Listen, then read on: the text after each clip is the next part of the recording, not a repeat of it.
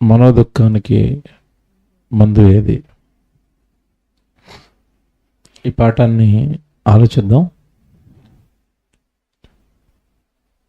ఈరోజు ప్రపంచంలో చాలా సమస్యలు ఉన్నాయి. ఆ సమస్యల్లో అత్యంత పెద్ద సమస్య, ప్రాముఖ్యమైన సమస్య, మనిషికి శాంతి సమాధానం లేని సమస్య ఏదైనా ఉంది అంటే మనోదుఖం, మనసులో వేదన, మనసులో బాధ. అది పడుతున్న వారికి తెలుసు, దానిని వర్ణించలేరు, ఎలా చెప్పుకోవాలో తెలియదు.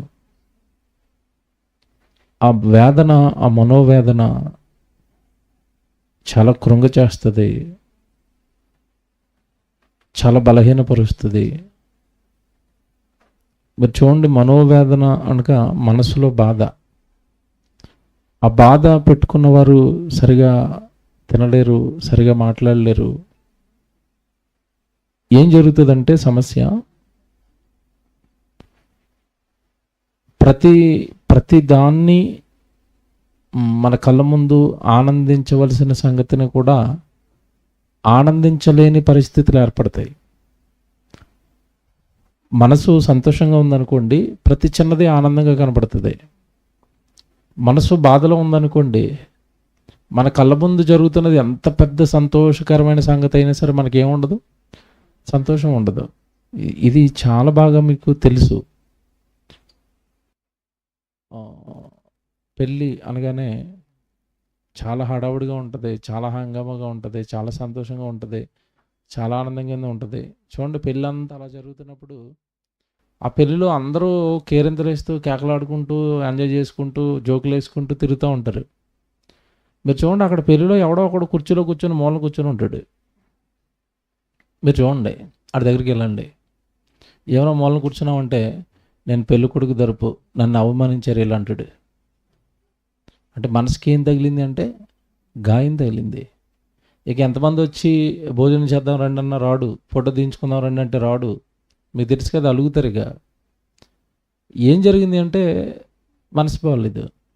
ఇంకా కళ్ళ ముందు ఉన్న ప్రతిదీ కూడా ఇంక ఎక్కదండి. మనసు బాగోకపోతే ఇంకేమీ ఎక్కదని అర్థం. ఇవన్నీ మీకు ఎందుకు చెప్పానంటే, మనస్సు బాగోకపోతే కళ్ళ ముందు ఉన్న సంగతి ఎంత మంచి సంగతి అయినా మనసులోకి వెళ్తుంది, ఎంత మేలు జరిగించే మాట కూడా మనసులోకి వెళ్తుంది.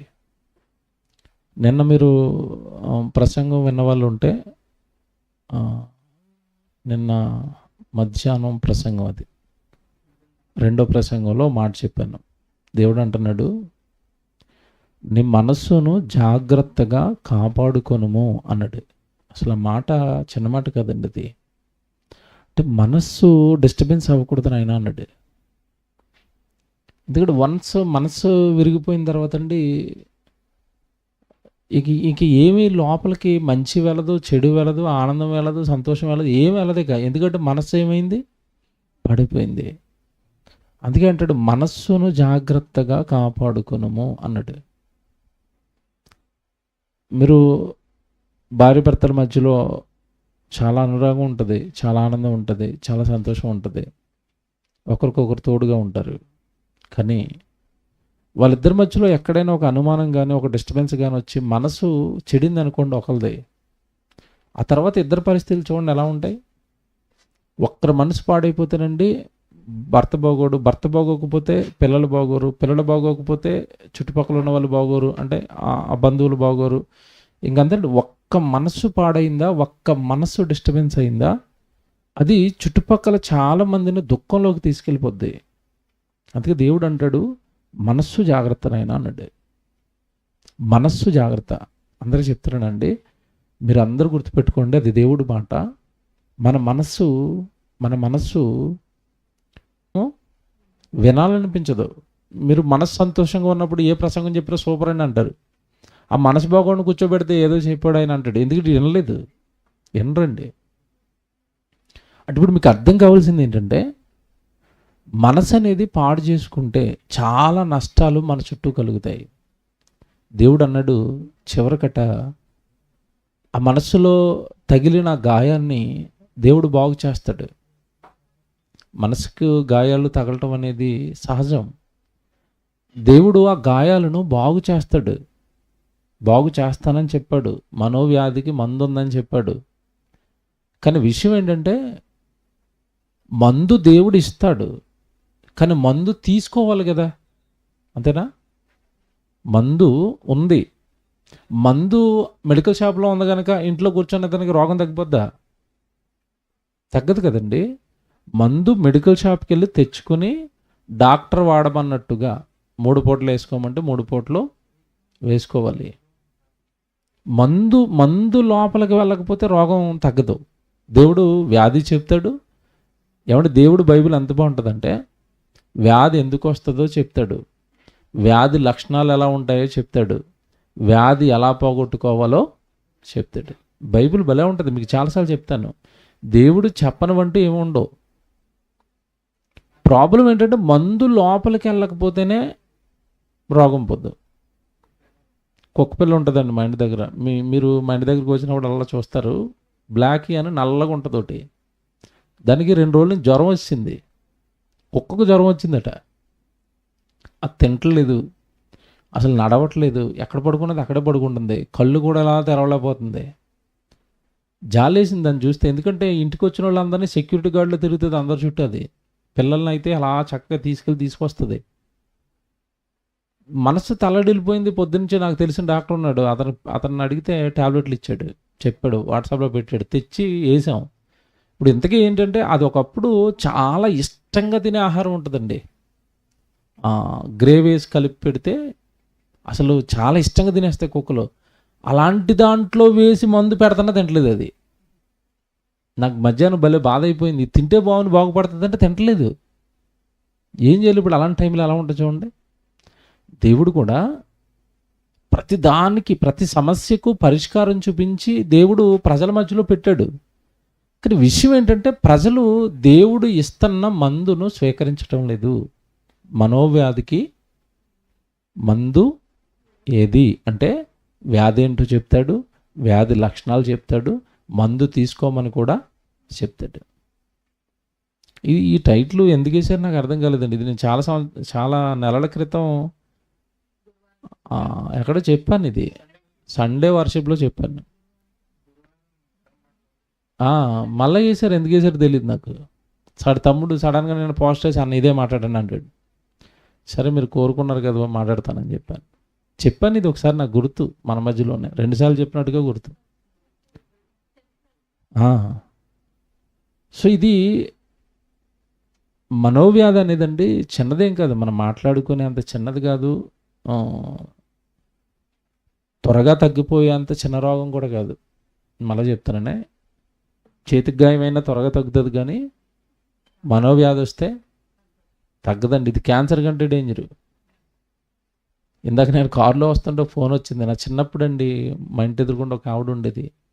మా అమ్మ ఎలాగైతే కష్టపడేదో పాపం ఆవిడ కూడా అలా కష్టపడేది. ఆవిడలో మా అమ్మని చూసేవాడిని. నాకు ఇందాక వస్తున్నప్పుడు చాలా బాధ అయిపోయింది. సడన్గా నాకు ఎందుకో తెలియని ఒక రకమైన మనశ్శాంతి లేకుండా అయిపోయినట్టు అయిపోయింది. ఆవిడ చిన్నప్పుడు నా కళ్ళ ముందండి కష్టపడి పాపం భర్త వదిలేసిన రాత్రి పగళ్ళు కష్టపడి పిల్లల్ని పెంచుకుంది, పెద్దోళ్ళని చేసింది, పెళ్ళిళ్ళు చేసింది. ఆవిడకి సడన్గా క్యాన్సర్ వచ్చిందట. పోనీ క్యాన్సర్ వచ్చి మనకు తెలియకుండా ఏదో జరిగిందంటే పర్లేదు, కానీ ఆవిడ ఇందాక ఫోన్ చేసి అంటుంది, నా కోసం ప్రార్థన చేయి బాబు, దేవుడు ఒకవేళ తీసేసుకుంటానంటే నన్ను త్వరగా తీసేసుకోమని అంటుంది. ఆ మాట చూక్కుమనిపోయిందండి, నాకు తాకింది, నాకు బాగా. పాపం కళ్ళ ముందు చిన్నప్పుడు చూశాను నేను. అంటే ఇలాగా ఏదైనా మనసుకి కొంచెం తగిలితే కొంచెం కష్టంగా ఉంటుంది. కానీ దేవుళ్ళలోనికి మనం వెళితేనండి, నాయనా నీ వ్యాధి ఏంటో నాకు తెలుసు, నీ రోగం ఏంటో నాకు తెలుసు, ఈ మనసులో గనక ఈ చింతలు వేదనలు పెట్టుకుంటే నీకు చాలా నష్టం చేకూరుతుంది అన్నట్టు. సామెతల గ్రంథం చూద్దాం, బైబిల్ 15వ అధ్యాయం. సామెతల గ్రంథం 15వ అధ్యాయం 13వ వచనం చూద్దాం.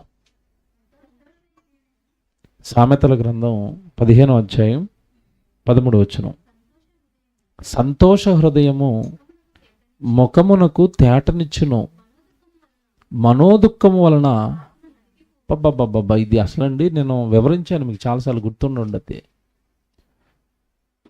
ఇది ఎంత బాగా మాట్లాడుతున్నాడు దేవుడు అంటే, సంతోష హృదయం అట ముఖానికి తేటనిస్తుందంటే, తేట అంటే అర్థం ఏంటి చెప్పండి? బాగుంటుందండి చూడడానికి, గ్లో వెలుగుతూ ఉంటుంది. సంతోషంగా ఉంటే మొహం గ్లోగా ఉంటుంది. మనోళ్ళేమో లోపలంతా బాధలు పెట్టుకుని ఫెయిర్ అండ్ లవ్ రాస్తారు, ఎప్పటికీ రాదు అది. మేము ఏమి రాయమండి మొహాలకి, నేను నిజంగా చెప్తున్నాను. శుభ్రంగా సబ్బుతో స్నానం చేసి వచ్చేద్దాను అంతే నేను. ఆ సబ్బు అయినా మురుకు పోగొట్టుకోవడానికి.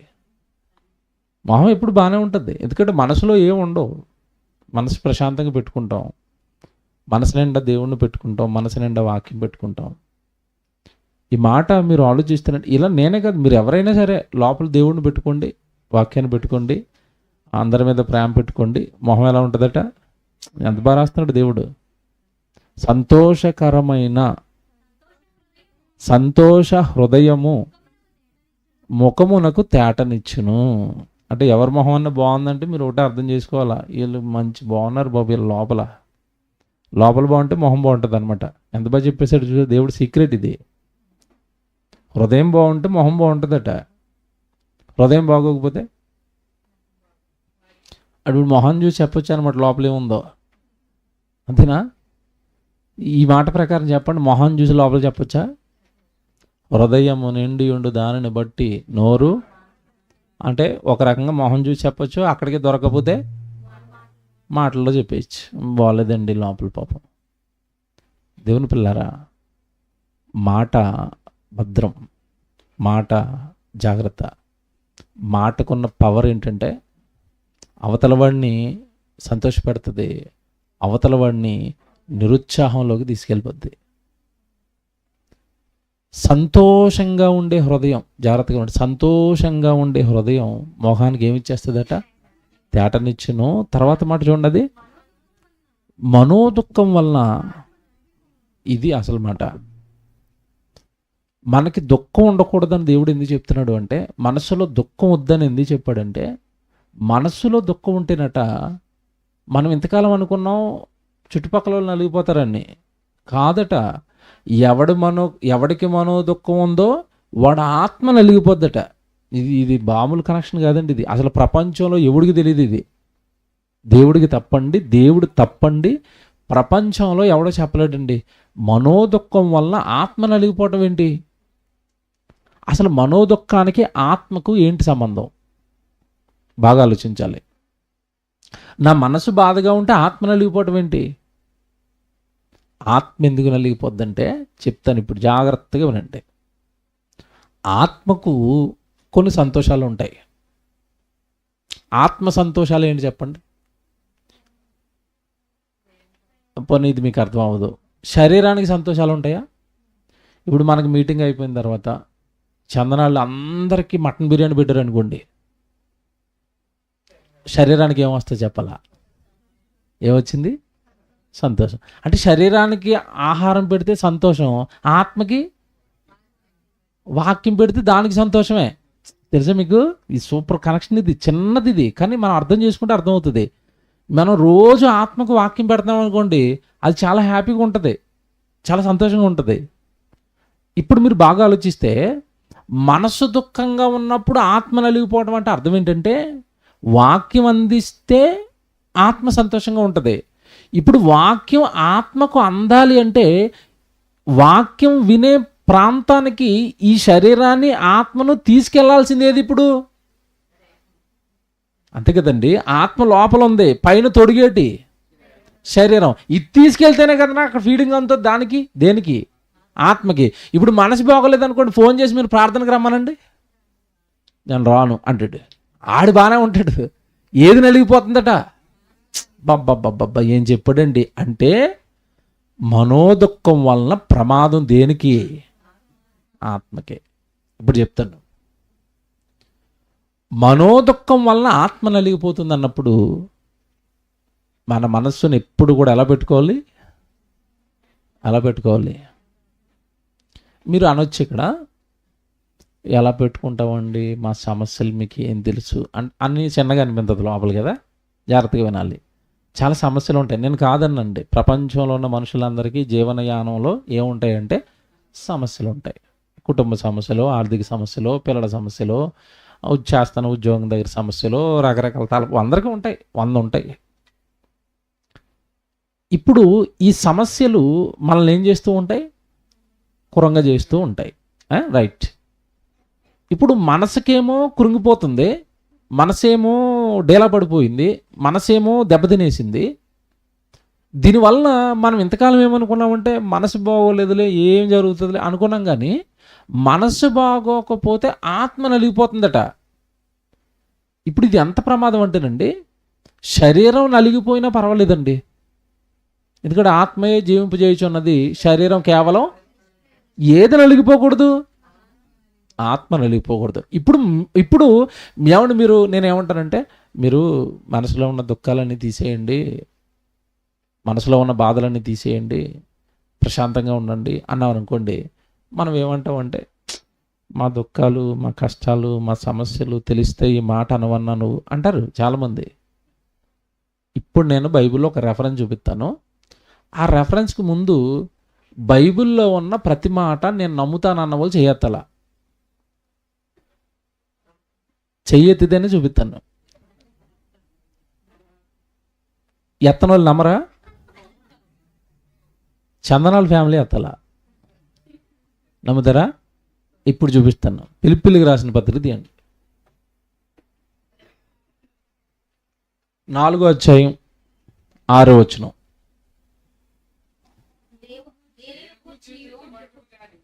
పిలిపిలికి రాసిన పత్రిక 4వ అధ్యాయం 6వ వచనం. దేనిని గూర్చి, అక్కడ ఆగండి కొసేపు. ఏమన్నాడు? దీంట్లోకి ఏమేమి వస్తాయి చెప్పాలా? ఆర్థిక సమస్యలు వస్తాయా? ఆరోగ్య సమస్యలు? ఆడికి నాకు ఫైటింగ్ అయింది, ఫైటింగు వస్తుందా? అన్నీ వచ్చినాయా? జాగ్రత్తగా వినాలి. దేనిని గూర్చియు, అది ఎలాగుంది ఇది అంటే, ఇప్పుడు క్రైస్తవుడు దేని విషయంలో ఏం చేయకూడదు? ఎందుకు చింతించకూడదు? ఇందాక మాట, చింత మనసులోనే ఉంటుంది కదా. ఆ చింత మనసులో ఉంటే ఆత్మ ఏమైపోతూ ఉంటుంది? నలిగిపోద్ది. కనుక మీరు ఏం చేయకూడదట? దేనిని గురించి చింతింపకూడదు. మరి అప్పుడు మీరేమంటారంటే, మాకు మరి చాలా సమస్యలు ఉన్నాయి కదా, చింత పడకుండా ఎలాగ ఉంటారంటే, ఆయన అంటున్నాడు, నాకు తెలిసిన ఈ నాటకాలన్నీ అంటాడు ఆయన. వెంటనే అక్కడ ఉంటుంది చూడండి, దేనిని గురించి చింతింపకుడి, కానీ ప్రతి విషయములోనూ ప్రార్థన విజ్ఞాపముల చేత కృతజ్ఞతాపూర్వకంగా మీ విన్నపములు ఆయనకి చెప్పేయండి. ఎలాగుంది? మీకు సమస్య ఉంది కదా, రా నా దగ్గరికి రా, మోకాళ్ళు వేసి ప్రార్థన చేసి చెప్పేటప్పుడు చెప్పే విధానం ఏమంటే, దేవుడు ఎంత మంచోడంటే నాతో ఎలా మాట్లాడాలో నేనే చెప్తానంటాడు. ఎలా చెప్పాలట నీకున్న సమస్యని? కృతజ్ఞతాపూర్వకముగా. మాట చూసారా? దేవా నువ్వు చేయగలుగు తండ్రి, నువ్వు తీర్చగలవు తండ్రి అని కృతజ్ఞతాపూర్వకంగా మనకున్న సమస్య ఏదో, మనకున్న మనసుకు తగిలిన గాయం ఏదో, ఆ చింత ఏదో, ఆ మనోవ్యాధి ఏదో ఎవరికి చెప్పేయాలట? దేవుడికి. ఇప్పుడు చెప్తాను, జాగ్రత్తగా వినాలా. దేవుడికి చెప్పేస్తే తీరిపోద్దా? తీరుతుంది. ఎలాగో చెప్తాను నేను, మీ జీవితంలో జరిగేది ఒకటి చెప్తాను. మీరు అప్పుడప్పుడు కొంచెం మనసు బరువెక్కిపోయి ఏమండి, ఏదో మొత్తం మీద ఏదో ఉంటాయి, ఒక్కొక్క రకం మొత్తం మీద బరువులతో ఉంటారు. ఆ బరువులతో ఉన్న వాళ్ళండి, ఎవరైనా కరెక్ట్ పర్సన్ ఒక అతను దొరికి అతనితో ఈ మనసులో ఉన్న బాధ చెప్పుకున్నారనుకోండి, చెప్పుకున్న వెంటనే అతను అంటాడు, ఏటమ్మా ఈ చిన్నదానికి ఇలాగ అయిపోతున్నావా, నేను చాలా చూశాను, దీనికి ఇది పరిష్కారం ఏం కాదు అన్నాడు అనుకోండి, వెంటనే ఎలాగ ఉంటుంది? అమ్మ నాయన, ఇంతకాలం బరువు కొండ నెట్టుకుని తిరిగాను లోపల, అంతేనా? తీరిందా? బాగా వినాలి. సమస్య కళ్ళ ముందున్న మనుషులు ఎవరైనా తీర్చగలిగిన మనుషులు, సమస్యకు పరిష్కారం చెప్పగలిగిన మనుషులు, లేదా నువ్వు సమస్య చెప్పినప్పుడు నీకు ధైర్యం చెప్పగలిగిన మనుషులకు చెప్పుకుంటేనే నీ బరువు తీరిపోతున్నప్పుడు నువ్వు హృదయపూర్వకంగా దేవుడికి నీ సమస్య చెప్తే తీరదా? చెప్పిన వాళ్ళు ఎంతమంది చేతులు ఎత్తండి ఇప్పుడు. మేము చెప్పే రకాలం కాదు, లోపల ఒకదాని మీద వేసుకుని అలాగే ఏడ్చుకుంటా మూలను కూర్చుని అన్నం తినకుండా. ఇదిటండి ఇది. ఇంకో మాట చెప్తాడే, ఇప్పుడు చింత లేదా మనోదుఖానికి లేదా సమస్యకు పరిష్కారం దొరికినప్పుడు కదా మనం ఆనందపడతాం. ఆ తర్వాత వచ్చిన చూడండి, అక్కడ ఏమంటున్నాడు వెంటనే తర్వాత మాట, అప్పుడు. ఆ పదం చూసారా? అప్పుడు అంటే మీలో ఉన్న చింత గురించి దేవుడికి కృతజ్ఞతాపూర్వకంగా మీరు చెప్పేస్తే అప్పుడు సమస్త జ్ఞానమునకు మించిన దేవుని సమాధానము యేసుక్రీస్తు వలన మీ హృదయములనుకును మీ తలంపులకును కాపలాగా వచ్చేస్తుంది. సమాధానం వచ్చేస్తుంది. యేసుక్రీస్తుల వారి ద్వారా సమాధానం వస్తుంది అన్నాడు. చింతకి ఏమొస్తుందట? సమాధానం వస్తుంది. వస్తుందా? వస్తుంది. దీన్ని ఎవరు నమ్ముతారండి ప్రపంచంలో చెప్పండి? ఇంకోటండి, మీకు ఇంకోటి చెప్తాను. మనం ఎవరికైనా సమస్య తీర్చగలిగిన వాళ్ళకి చెప్పుకున్నాం అనుకోండి, చెప్పుకున్న తర్వాత అండి చాలామంది నేను ఆయనకి చెప్పేశాను కదా, ఆయన ఏదో చేస్తాడులే అని ఆ లోపల అప్పటి వరకు బరువుగా భావించిన సమస్య ఏదైతే ఉందో అవతల వాళ్ళకి చెప్పిన తర్వాత దాని గురించి మర్చిపోతారా? ఎందుకు చెప్పేశాం కదా, ఆయన చూసుకుంటాడు కదా. అప్పుడు మనకు ధైర్యం వచ్చే సమస్య గురించి మనం ఏం చేస్తాం? మర్చిపోతాం. ఇప్పుడు సమస్య ఎవరికి చెప్పాం? మనం దేవుడికి చెప్పాం.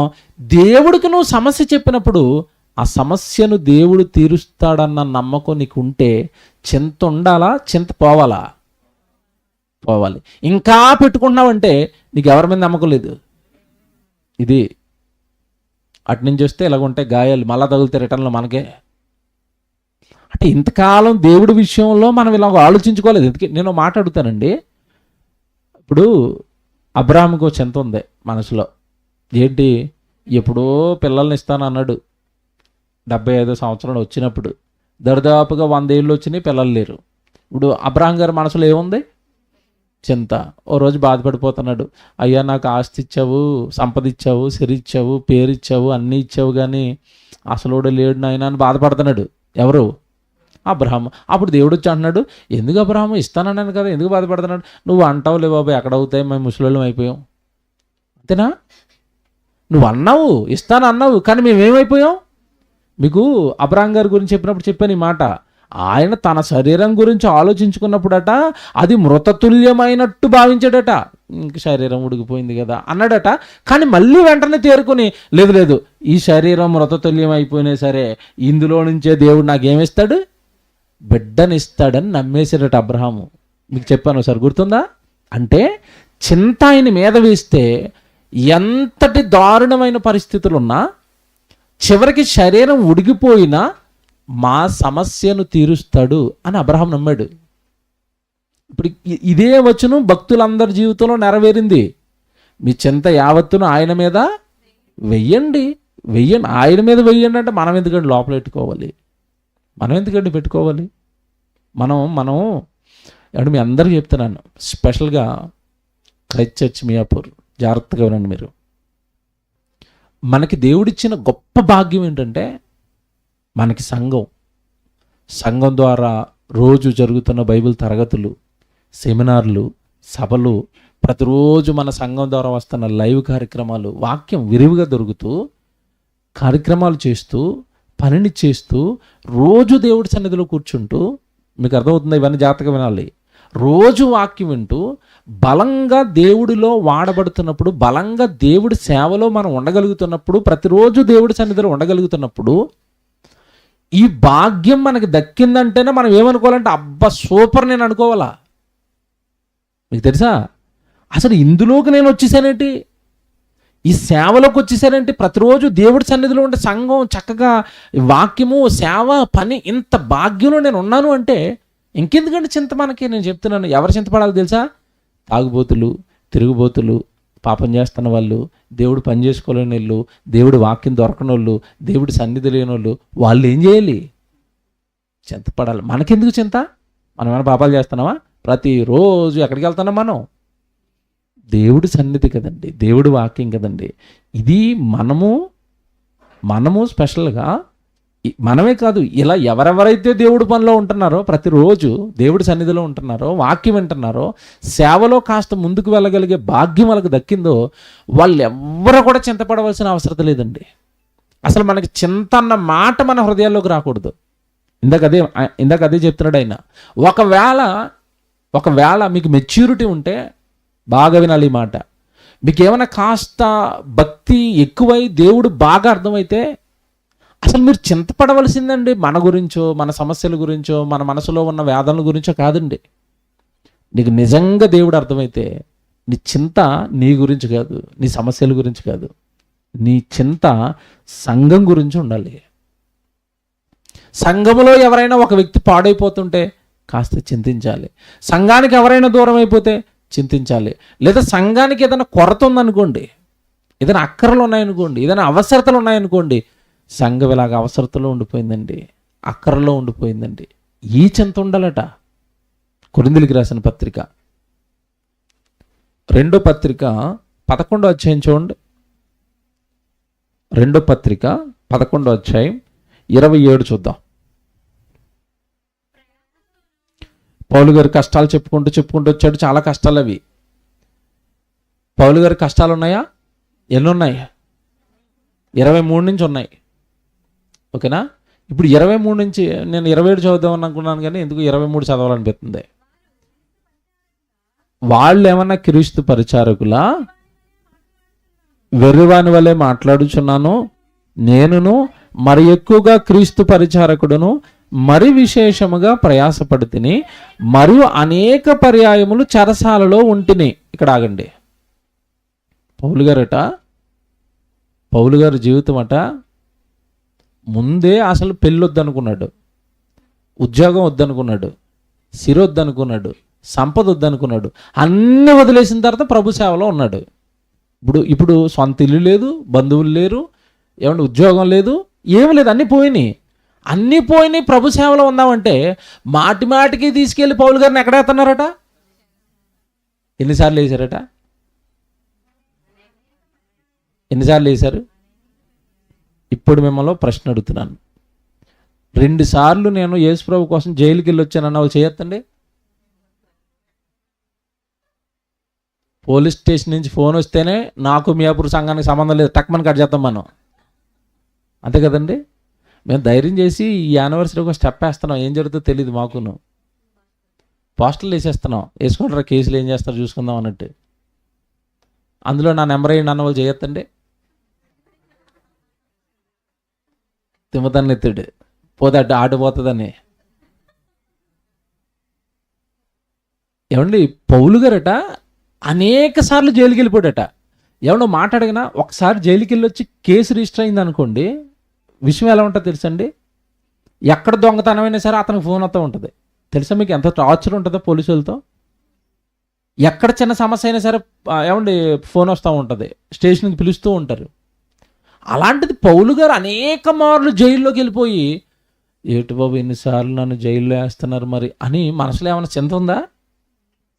జైల్లో వేసేస్తున్నా చింత లేదట. నేను మిమ్మల్ని అడుగుతున్నాను, ఇప్పుడు పౌలు గారికి వచ్చిన శ్రమ మనకేమైనా వచ్చిందా? లేదు. ఇప్పుడు మనకి చింత ఉండాలా, ఆయనకి చింత ఉండాలా? లెక్కల ప్రకారం మాట్లాడుకుంటే ఆయనకి లేనప్పుడు నీకెందుకు అంటాను నేను. మీకు అర్థమైందా? నేను అనేక మార్లు చెరసాలకు వెళ్ళిపోయాను, అయినా నాకు ఏ చింత లేదు, కానీ నా మీద నాకు చింత లేదన్నాడు ఆయన. చదువుతాను చూడే, అనేక మార్లు చెరసాలలో ఉంటుని. ఎన్నిసార్లు అట దెబ్బలు? నా దెబ్బలకి లెక్కే లేదు, కొదువే లేదు అన్నాడు ఆయన. అపరిమితంగా దెబ్బలు తింటిని, అనేక మారులు ప్రాణాపాయంలో ఉంటున్నాయి. అంటే అర్థమేంటి? ఇక చచ్చిపోయాడు అన్నంత వరకు కొట్టారండి పౌలు గారిని. కొన ప్రాణంతో ఉన్నప్పుడు ఈడ్చుకెళ్ళి ఊరవతల పడేశారు, కుక్కను ఈడ్చుకెళ్ళినట్టుగా. అలాంటి పరిస్థితులు అనేక మార్లు ఏర్పడ్డాయట. ప్రాణాపాయంలో అనేక మార్లు ఉంటున్నాయి. నిజంగా చెప్తున్నానండి, ఈ ఈ మాటలన్నీ అర్థమైపోయిన తర్వాత అండి, సేవలో వస్తాను ఏ చిన్న చిన్న కష్టాలు అనిపించవండి. తెలుసా, వీళ్ళని ముందెట్టుకుంటే అసలు కష్టాలా మనవే? వీళ్ళని ముందెట్టుకుంటే నీ కుటుంబం ఏమైనా బాగోలేదా? ఇలాంటి పరిస్థితులు నీ కుటుంబానికి ఉన్నాయా, నీ వ్యక్తిగత జీవితానికి ఉన్నాయా అంటే లేవు, మన ఎవరికి లేవండి ఇవి.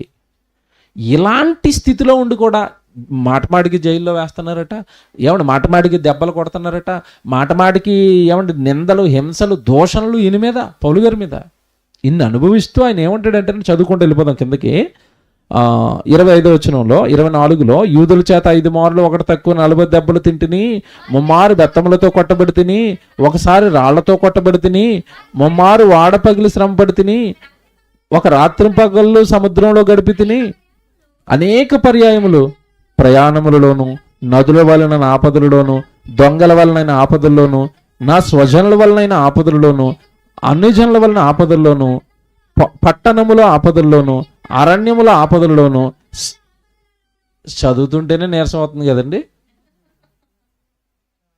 చదువుతుంటేనే బాధేస్తుంది, నీరసం అవుతుంది. అనుభవించిన ఆయన బాబోయ్, వాళ్ళ కాలు గోటిలో ఉన్న మట్టికి కూడా మన జీవితాలు సరిపోవండి, సరిపోవు. పౌలు గారు కాలి గోటిలో ఉన్న మట్టితో కూడా మనం సమానం కాదు, మనం పోల్చుకోలేము. ఆ భక్తికి మనం సరిపోం, అంతే. ఒక్కసారి నడ్డి మీద దెబ్బ పడితే సువార్తకి వెళ్తారండి, మళ్ళీ వెళ్తారండి. ఒక్కసారి దేవుడి కోసం బాగా పనిచేస్తున్నాడు, ఒక దెబ్బ తగిలితే దెబ్బ తగలనివ్వండి మళ్ళా చేస్తానంటారా? చూద్దాంలేండి, కొంచెం దెబ్బలు తగులుతున్నాయి కదా, నెమ్మదిగా చేద్దాం, ఇది వెనక నుంచి కవరింగ్ వేసుకుంటూ వస్తాం మనం. పౌలు గారికి కవరింగ్లు ఏం లేవు, కొడితే కొట్టండివే, నేను మాత్రం చేసేది చేస్తాను. ఒకసారి అండి అక్కడికి వెళితే నువ్వు చచ్చిపోతావన్న వార్త మాకు వచ్చిందని చెప్పారు పౌలు గారికి. నువ్వు వెళితే నిన్ను చంపేస్తారట అన్న వార్త వచ్చింది సహోదరులకి. వాళ్ళందరూ ప్రాధేయపడిపోతున్నారు, వద్దు బాబు నిన్ను చంపేస్తారట అక్కడికి వెళ్తే. అంటే ఆయన అంటాడు, నేను చచ్చిపోవడానికే కదా సేవలోకి వచ్చాను, మళ్ళా చచ్చిపోతారండి, నన్ను భయపడుతున్నారండి, పిరుకోవడం చేస్తున్నారండి, మీరు మీకేం తెలియదు, నేను వెళ్ళిపోతున్నాను అన్నాడు. బాబ్బా నాకు అసలు మాట చదివిన తర్వాత చచ్చిపోవడానికి సేవలోకి వచ్చానంటాడేటి? మన దేవుడి పని దేనికి చేస్తాం చెప్పండి? చచ్చిపోవడానికే ఏమంటే దేవుడి సేవలో చావు వచ్చేసినా పర్వాలేదండి అంటే ఏంటి? ఆ భక్తి వచ్చింది ఏంటి? పౌలు గారి జీవితం ఇన్ని కష్టాలు చెప్పి 27లో అంటాడు, 27 జాగ్రత్త చదవండి. ప్రయాసముతోనూ కష్టముతోనూ తరచుగా జాగరణములతోనూ ఆకలి దప్పికలతోనూ తరచుగా ఉపవాసములతోనూ చలితోనూ దిగంబరత్వంతోనూ ఉంటిని, ఇంకనూ చెప్పవలసినవి అంటే అన్నీ చెప్పలేదా? మనం భయపడతామేమీ చెప్పలేదేమనిపించిందని నాకు. మీకు అర్థమైందా? ఇంకనూ చెప్పవలసిన అనేకాలు ఉన్నాయంటే ఎందుకు చెప్పలేదంటే, ఇక చాలే ఇక్కడికే మీ గుండె జారిపోయి ఉంటుంది అనుకున్నాడు ఆయన. ఇంకా చాలా ఉంది లిస్ట్ అన్నాడు అని ఇప్పుడు అంటున్నాడు 28లో, ఇవియోగాక సంఘములన్నిటిని గూర్చిన చింతయు. బాబ్బా ఒక పక్క ఇన్ని శ్రమలు పడుతూ నాకు ఏ చింత ఉంది అంటున్నాడు. సరే ఏటో నా జీవితం అలాగ అయిపోయింది, రోజు దెబ్బలు తినడానికి తినలేదు, కట్టుకోవడానికి బట్టలు లేవు, నాకు చింత ఎక్కువైపోయింది అనడా? ఈ చింత లేదట, ఏ చింత ఉందట? సంఘాలు చాలా కట్టేశాను కదా నేను, కొరింథీ పట్టణం, గలతీ పట్టణం, హెబ్రీ పట్టణం, ఫిలిప్పీ పట్టణం, ఎఫెసీ పట్టణం, సంఘాలు కట్టేశాను కదా. ఈ సంఘాలన్నిటిని గురించి నేను ఏం చేస్తున్నాను? చింతిస్తాను. అంటే నిజంగా వాక్యం అర్థమైన క్రైస్తవుడికి చింత దేని మీద ఉండాలి చెప్పండి? ఇప్పుడు సంఘమును గూర్చిన చింత, సంఘమును గూర్చిన బాధ, సంఘ అవరోధానికి లేదా సంఘం యొక్క ఎదుగుదలకి ఏమైనా అడ్డంకులుగా మారిపోతే అప్పుడు మనకేం రావాలి? చింత. దేవుడి పని సరిగా జరగకపోతుంటే మనకేం రావాలి? చింత. కార్యక్రమాలు సరిగా చేసుకోలేకపోతున్నాం అనుకోండి, అప్పుడు మనకేం రావాలి? చింత. మనోవేదన అండి. నిజంగా మనసు విప్పి చెప్తున్నాను ఈ మాట. క్లాసుల్లో ఆత్మీయులే వస్తారు కనుక మీతో మాత్రమే పంచుకుంటున్నాను. సంఘంలో కార్యక్రమాలు చేయలేకపోతున్నాము, సొంత స్థలం ఉంటే కార్యక్రమాలు బాగా చేయొచ్చు అని స్థలం కొందామని మొదలుపెట్టాం మనం. మీకు తెలుసు అందరికీ. స్థలం కొందామని మొదలుపెట్టిన తర్వాత డబ్బులు ఇస్తున్నారు, ఇప్పటికీ స్టిల్ ఇస్తున్నారు. కరెక్ట్గా రండి, రఫ్గా 25 నుంచి 24 లక్షల రూపాయలు మాత్రం ఇప్పుడు మన దగ్గరికి ఉన్నాయి. ఎప్పటికీ ఆ లెక్కలన్నీ నా దగ్గర లిస్ట్ ఉంటుంది, సుమనాన్న దగ్గర లిస్ట్ ఉంటుంది, తమ్ముడు ఆనందో లిస్ట్ ఉంటుంది, తర్వాత ఎక్సెల్లో విజయ్ దగ్గర లిస్ట్ ఉంటుంది. అందరి దగ్గర నేను ఒక్కడిని నేను పెట్టుకున్న డబ్బులు కాదండి, అందరి దగ్గర ఓపెన్గా లిస్టులు ఉన్నాయి. అవి ఎవరు ఎంత ఇస్తున్నారో విజయ్కి చెప్తాను, ఎక్సెల్లో యాడ్ చేస్తూ ఉంటాడు. ఇప్పుడు మనం త్వరపడి ఎందుకు కొనలేకపోతున్నామంటే సమస్య ఒకటి ఏంటంటే మనకి అనువుగా కరెక్ట్గా అన్ని డాక్యుమెంట్లు ఉన్న స్థలాలు దొరకటం లేదు. చివరి వరకు వెళ్ళేసరికి ఏదో ఒక డాక్యుమెంటు తేడా కొడుతుంది, వెనక్కి వస్తున్నాం. అలాంటిది ఇప్పటికి మనం ఎన్ని స్థలాలు చూసామో మీ అందరికీ తెలుసు.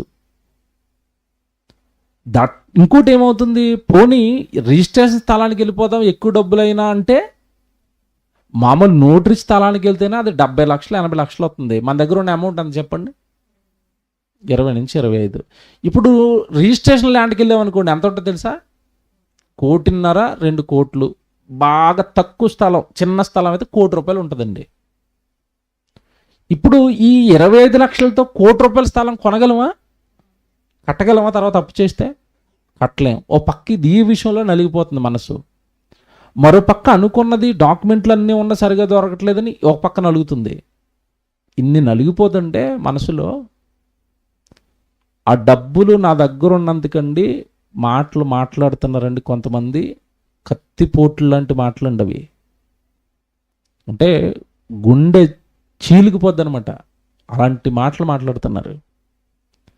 ఇప్పుడు తెల్లవారు లేస్తే రోజు ఆలోచిస్తున్నాం, రోజు ప్రార్థన చేస్తున్నాం. మీకు చెప్తున్నాను ప్రార్థన చేయమని, చాలామంది చెప్తున్నాను తమ్ముళ్ళు వెతకండి స్థలం ఏదోటి మనకు అనువుగా ఉండదు, అందరూ చెప్తున్నాను. 2-3 బ్రోకర్ నెంబర్లు తీసుకున్నాను, వాళ్ళకి ఇప్పటికప్పుడు ఫోన్ చేస్తున్నాను. మనం లేటెస్ట్గా ఒక 10 రోజుల క్రితం బస్బాడి అని ఒకటి ఉంటుంది మియాపూర్ దగ్గర, దాని వెనకాల స్థలాలు ఉన్నాయంటే ఇల్లు వచ్చాను నేను నాతో పాటు ఎవరో వచ్చారు ఆ రోజు కారులో. ఇలా ఒక పక్క దేవా దేవా దేవా అనుకుంటూ నేను తిరుగుతుంటే ఆ డబ్బులు నా దగ్గర ఉన్నందుకండి భయంకరమైన మాటలు మాట్లాడుతున్నారట. నేను ఒకటే చెప్పాను, రేపో ఎల్లుండో స్థలం దొరికేస్తే మనకు అనువుగా ఉన్నది, డాక్యుమెంట్లు అన్నీ ఉన్నవి, నేను ఆ డబ్బులు వెంటనే తీసి అక్కడ పెట్టి స్థలం కొనేస్తాను. నాకేమీ చింత లేదు, నేను యథార్థంగా ఉన్నంతకాలం నాకే భయమో లేదు. కానీ అది జరిగిపోయిన తర్వాత ఈ మాటలు ఎవరైతే మాట్లాడుతున్నారో వాళ్ళ పరిస్థితి ఏంటి చెప్పండి? దేవుడి ముందు లెక్క చెప్పుకోవాలా? మనసుకు చేస్తున్న గాయానికి ఆ మాటలతో, కత్తిపోట్లు లాంటి మాటలతో తోటాలు పొడుస్తున్నందుకు దేవుని ఎదుట లెక్క చెప్పుకోవాలా లేదా? మనోవేదన అంటేనండి, మీకు చెప్తున్నానండి, విశ్వాసులుగా ఉన్నారు కనుక మీ కుటుంబ సమస్యలో, మీ ఆరోగ్య సమస్యలో, మీ సమస్యలే మీకు ఉంటాయండి. సంఘాన్ని నడిపిస్తున్న సేవకుడికి 100 మనసుల నుంచి సమస్యలండి, 100 రకాల మనస్సులండి, 100 రకాల మనస్సులండి. ఒక తాటిపైకి తెద్దామంటే రారండి, ఒక మాట చెప్తే వినరండి, ఎవరిష్టాలు వాళ్ళు చలాయించుకోవడానికి ట్రై చేస్తూ ఉంటారండి. అందరినీ సంతోషపెట్టాలి, అందరినీ ఆనంద పెట్టాలి. ఇలా కాదు అలాగని ఒకరితో అన్నాం అనుకోండి, అంతే, వాళ్ళు వెంటనే ఇంకా దూరం అయిపోతారు, మాట్లాడటం మానేస్తారు, లేకపోతే ఒకప్పుడు ఉన్నట్టుగా ఉండకుండా దూరంగా ఉంటారు. ఇప్పుడు 100 మందిని సంతోషపెట్టడం ఒక మనిషికి అవుతుందండి? మీరు చెప్పండి, అవుతుందా? ఆ వ్యక్తి మనసు గురించి ఆలోచించే వాళ్ళు ఎవరన్నారు చెప్పండి? ఎవరు ఆలోచిస్తారు? దేవుని పిల్లలారా, సంఘాలను గురించి చింత ఉండాలి, సంఘ కార్యక్రమాల గురించి చింత ఉండాలి. అది సేవకుడికి నిరంతరం అదే ఉంటుంది. మాకు జీవితమే దేవుడు, సంఘము, సేవ అయినప్పుడు ఇంకా ఆలోచనలు ఏముంటాయి చెప్పండి? ఆలోచనలు ఏముంటాయి? వేరే ఆలోచనలు ఏముంటాయి? వేరే ఆలోచనలు ఉంటే, నాలో వేరే ఆలోచనలు ఉంటే, మీ కళ్ళ ముందు సేవకుడిగా నేను ఒక 6 సంవత్సరాల నుంచో 7 సంవత్సరాల నుంచో కనబడుతున్నాను. నాలో వేరే ఆలోచన ఉంటే 1 సంవత్సరానికో 2వ సంవత్సరానికో 3వ సంవత్సరానికో బయటపడిపోద్ది. పడిందా? ఎప్పుడైనా నేను సంఘము, సేవ కాకుండా వేరుగా మీతో ఎప్పుడైనా మాట్లాడినా, వాక్యంలో కానీ పర్సనల్గా వ్యక్తులతో కానీ వేరుగా ఏమైనా మాట్లాడాను ఎప్పుడైనా దేవుడి గురించి తప్ప? ఇంత నీతిగా దేవుడు అనుకుని బ్రతుకుతున్నా పొడుస్తున్నారు మాటలతో. నాకు ఒకటే జాలేస్తుంది. ఏంటి జాలంటే, మనం ఎలాగో యథార్థంగా ఉన్నాం, బైబిల్లో మాట ఉంటుందండి, అది ఎప్పటికీ నాకు ధైర్యాన్ని ఇస్తుందండి.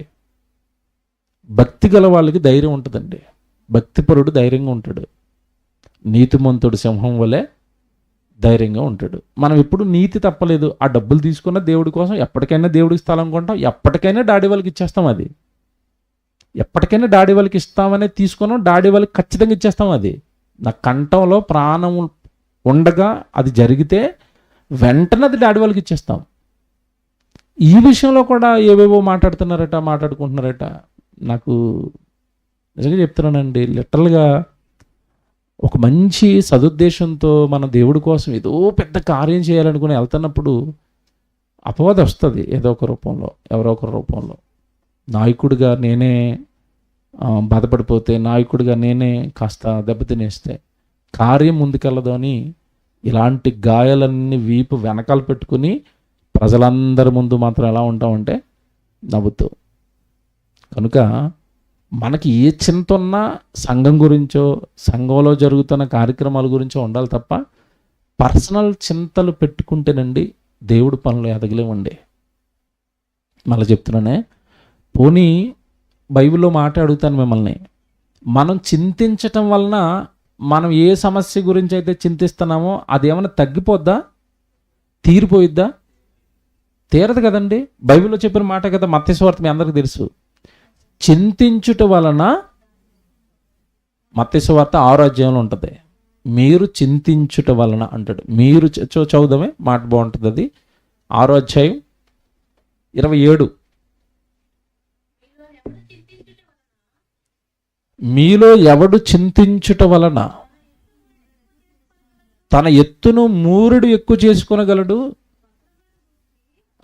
మీరు చూసారా, మీలో చింతించుట వలన ఎవడు తన ఎత్తును మూరెడు అంటే దేవుడు ఏం మాట్లాడుతున్నాడంటే, నువ్వు ఎంత బాధపడినా నీ హైట్ పెరుగుతుందా అన్నాడు. పెరుగుతుందా? పెరగదు. మనం బాధపడటం వల్ల జరిగేది ఏమి లేదండి. బాధపడటం వల్ల దేవుడి కార్యక్రమాలకి దూరం అయిపోతాం, దేవుడి వాక్యానికి దూరం అయిపోతాం, దేవుడి కోసం చెయ్యాలనుకున్న కార్యక్రమాల మీద నీళ్లు జల్లేస్తుంది. అది మనసుకు గాయాలు చేసి సైతాన్ అపవాది. సో మీరు అందరూ గుర్తుపెట్టుకోవాల్సింది ఏంటంటే, బి హ్యాపీ. మనం అందరం పెద్ద పెద్ద త్యాగాలకు సిద్ధపడి ముందుకొచ్చిన మనసులు మనవన్నీ. మియాపూర్ చర్చ్ అంటే సామాన్యమైన చర్చ్ కదా. ఇది కడు పేదవాళ్ళు ఆనాటికి పని చేసుకుంటే కానీ బ్రతకలేని వాళ్ళు కూడా డబ్బులు పట్టుకొచ్చి ఇచ్చారు అంటే అది మనకున్న దేవుడు మనకిచ్చిన గొప్ప భాగ్యం అంటానండి నేను. మనకు భాగ్యం అది. అంతటి భాగ్యానికి మనం వారసులమైనప్పుడు లోక సంబంధమైన చిన్న చిన్న వాటి గురించి మనం ఏం చేయకూడదు, చింతించకండి, మంచిది కదా అన్నాడు. మనుషులు జీవితాలండి, మానవ జీవితాలు భూమి మీద మీరు చూడండి, మీకు ఇప్పుడు బాగా అర్థమవుతుంది జీవిత సత్యం. భూమి మీద ఉన్న మనుషులండి, ఏ మనిషినైనా, ఏ మనిషి యొక్క మనస్సునైనా మీరు కదపండి, లోకంలో ఉన్న వాళ్ళ గురించి అడుగుతున్నాను, దేవుళ్ళలో ఉన్న వాళ్ళ గురించి కాదు. లోకంలో అధికారంలో గొప్పగా ఉన్నవాడైనా, డబ్బులో గొప్పగా ఉన్నవాడైనా, మీరు ఎవరినైనా ఆడి దగ్గరికి వెళ్ళి, బాబు నువ్వెంత సంపాదించావు కదా, మనశ్శాంతిగా ఉన్నావా అని అడగండి. ఉందా, పోయిందా అడగండి. పోయింది. అసలు ప్రపంచంలో లోకంలో ఉన్న వాళ్ళు కాస్త కోస్త మనశ్శాంతి ఎవడుకుంటుందంటే కటికి పేదోడికి అంటాను నేను. అవును కదా. సాయంత్రానికి వస్తాడు, గిన్నె ఎట్టుకుంటాడు, పొయ్యి మీద వండుకుంటాడు, తింటాడు. పొద్దున్న పనికి వెళ్ళి వచ్చాడేమో బాగా అలసిపోయి ఉంటాడు, అన్నం తినగానే గుర్రెట్టి నిద్రపోతాడు. ఇప్పుడు అంబానీ గారి దగ్గరికి వెళ్ళి చూడండి, రాత్రి 5 గంటలకు రాత్రి 1 గంటలకు పడుకుంటాడు, తెల్లవారుజామున 5 గంటలు లేచిపోతాడు. ఈలోపు ఎవడన్నా బాంబు పెట్టేశాడా, ఈలోపు ఏమైనా ఆస్తులు ఏమైనా కబ్జా చేస్తారా, మనసు ఏమైనా ప్రశాంతంగా ఉంటుందండి? మీకు ఇలాగ అర్థం కాదు కానండి. ఇక్కడ కూర్చున్న మీలో ఎవరికైనా అంబానీ గారు వచ్చి తిమ్మతన్న గురించి చెప్తున్నాను, బాబా ఆటో రోడ్డు మీద ఎంతకాలం నడుపుకుంటావు బాబు అని, ఇలాంటి ఆటోలు తయారు చేసే కంపెనీలు ఒక 5 కంపెనీలు తిమ్మతన్నకి రాయిస్తాడు అనుకోండి. ఇప్పుడు చెప్పాలి, రోజు వచ్చినట్టుగా తిమ్మతన్న బైబిల్ క్లాసులకు వస్తాడేమో అడగండి. ఎక్కడొస్తాడు? ఈ 5 కంపెనీల్లో ఆటోలు తయారవుతూ ఉంటాయి. సంగారెడ్డిలో ఒకటి, తర్వాత ఇటు విజయవాడలో ఒకటి, ఇటు ఒంగోలులో ఒకటి, ఇటు ప్రకాశంలో ఒకటి, ఇటు కర్నూలులో ఒకటి వేసారనుకోండి. ఇప్పుడు ఈ 5 కంపెనీలకి ఓనరు ఒక చోట ఉండడు. ఇక ఓ రోజు కర్నూలులో, ఓ రోజు విజయవాడలో, ఓ రోజు ప్రకాశంలో. తిమ్మతన్న క్లాస్, ఏ క్లాస్ బాబు, విజయవాడ వెళ్తున్నాను నేను అంటాడు. మీకు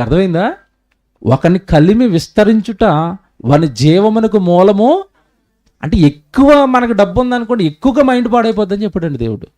వద్దునైనా నువ్వు పరలోకం రావన్నాడు.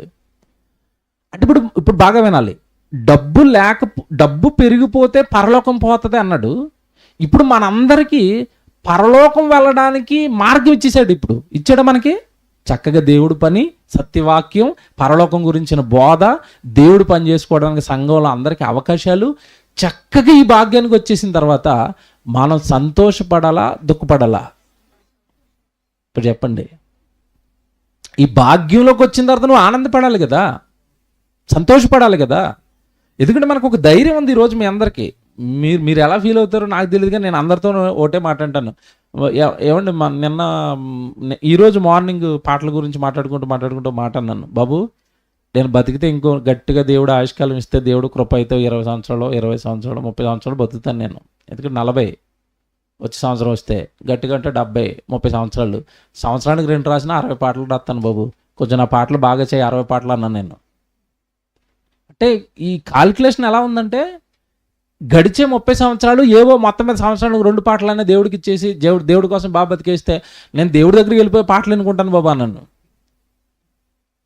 అంటే నాకు ఇప్పుడు ధైర్యం ఉంది. ఏంటి ధైర్యం? నేను దేవుడిలో ఉన్నాను, దేవుడు కోరుకుంటున్నట్టుగా బ్రతుకుతున్నాను, సేవ చేస్తున్నాను, దేవుడికి ఏమన్నా చేయాలనుకుంటున్నాను, కనుక నేను ఎక్కడికి వెళ్తాను? పరలోకానికి వెళ్తాను. ఇప్పుడు ఎన్ని మానసిక సమస్యలైనా ఎన్ని మాటలైనా వస్తున్నప్పుడు అండి, నిజంగా చెప్తున్నాను, మీకు చాలాసార్లు చెప్పాను, మనసుకి ఏదైనా గాయం తగిలితేనండి, నిన్న ప్రసంగం మీరు ఎంతమంది విన్నారో, లాస్ట్ ప్రసంగం చెప్పాను నిన్న. ఆ ప్రసంగంలో మాట చెప్పాను, మనకి బాధ వస్తే ఎవరు బాధపడతారట? దేవుడు బాధపడతాడు. మన పిల్లోడు ఏడుతున్నాడు అనుకోండి, మీరు ఏం చేస్తారు చెప్పాలా? మీ పిల్లలు ఏడిస్తే మీరు ఏం చేస్తారు? వెంటనే స్విగ్గీలో బిర్యానీ బుక్ చేస్తారు, అంతేనా? హైదరాబాద్లో బిర్యానీ డాడీ అనగానే ఆడ మొహం ఇలా వెలుగుతుంది ఒకసారి. అంటే బాధపడుతున్నవన్నీ ఏదో ఒకటి ఇచ్చి మనం ఏం చేస్తాం?